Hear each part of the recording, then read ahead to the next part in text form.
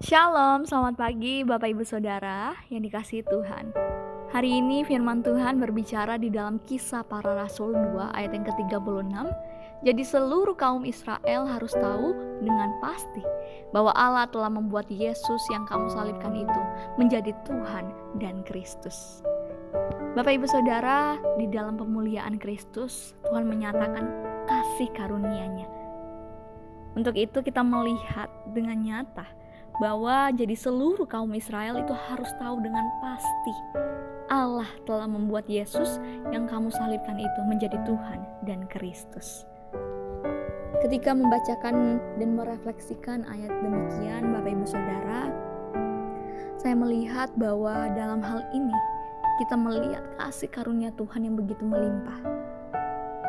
Adapun suatu kisah di mana Bapak Ibu Saudara ada adegan di mana narapidana yang bebas bersyarat ini mencuri benda-benda perak milik seorang pastor. Ia kemudian Bapak Ibu Saudara tertangkap dan mengira dirinya akan dijebloskan kembali ke penjara.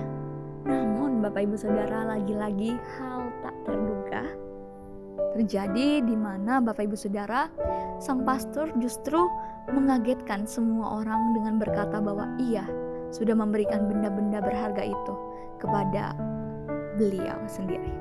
Setelah Bapak Ibu Saudara menanggapi hal yang demikian, polisi juga pergi kemudian berpaling kepada si pencuri. Sekarang kamu bukan lagi milik kejahatan, tetapi milik kebaikan. Sangat luar biasa dan memberkati saya secara pribadi.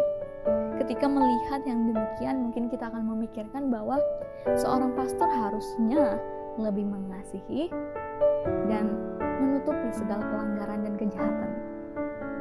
Namun Bapak Ibu Saudara, bukan sisi inilah yang kita melihat, tapi kita melihat bahwa kasih yang begitu murah hati merujuk kepada kasih yang mengalir sebagai sumber kasih karunia itu sendiri.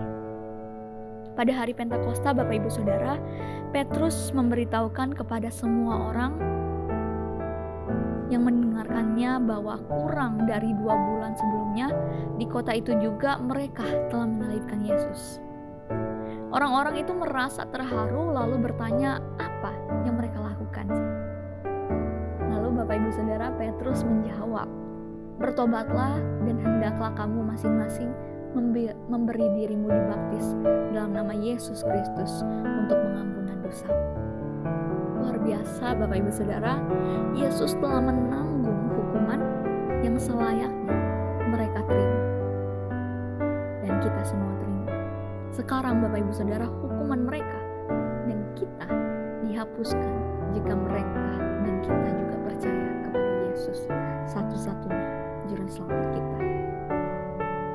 Ironis memang ketika kita merefleksikan kembali kasih karunia itu sendiri. Manusia, Bapak Ibu Saudara, hanya dapat diampuni oleh kematian Yesus yang disebabkan oleh manusia sendiri. Luar biasanya lagi Bapak Ibu Saudara, kasih karunia dan kuasa Allah lah yang dinyatakan kepada setiap kita. Dia menggunakan dosa terbesar manusia untuk menggenapi keselamatan setiap kita. Jika dosa kita menyalibkan Yesus saja dipakai Allah untuk maksud yang agung tersebut, maka Bapak Ibu Saudara, kita boleh meyakini bahwa tidak ada yang sanggup diubahnya. Tidak ada yang tak sanggup diubahnya. Gak ada satupun. Bahkan terlalu ajaib akan kuasa dan penyertaan Tuhan. Percayalah Bapak Ibu Saudara kepada Dia yang turut bekerja di dalam segala sesuatu untuk mendatangkan kebaikan kepada setiap dari kita. Sudahkah kita merasakan hal yang demikian? Sudahkah kita menyerahkan diri kepada Kristus? Jika belum, Bapak Ibu Saudara, apa yang menghalangi kita? Jika sudah, apa artinya bagi setiap kita untuk menyerahkan juga semua ketakutan kepada Tuhan Yesus Juru Selamat kita? Saya teringat ketika lagu Bapak Ibu Saudara, lagu rohani ini memberkati banyak orang, di mana dikatakan terlalu ajaib kasih kasih-Mu Tuhan. Terlalu ajaib kasih-Mu bagiku, jawaban hidupku lebih dari yang ku harapkan. Ketika merefleksikan kata-kata itu menjadi suatu perenungan bagi saya di dalam membaca kisah para rasul ini. Kisah para rasul 2 ayat yang ke-36 dikatakan, seluruh kaum Israel harus tahu dengan pasti bahwa Allah telah membuat Yesus yang kamu salibkan itu menjadi Tuhan dan Kristus. Sudahkah kita berpaut kepada Yesus, di mana Tuhan telah menghadirkan dan membuat Yesus ini menjadi Tuhan dan Kristus di dalam kehidupan kita? Mari kita berdoa.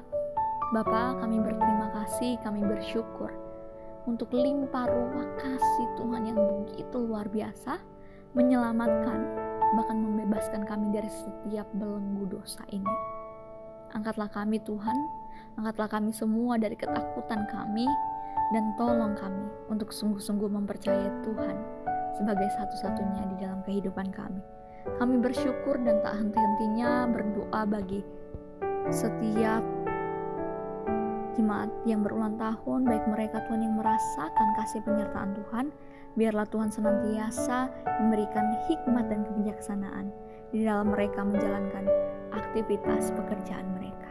Inilah setiap doa permohonan kami di dalam nama Yesus yang menjawab seruan dan doa kami. Amin. Selamat beraktivitas, Tuhan Yesus memberkati Bapak Ibu Saudara.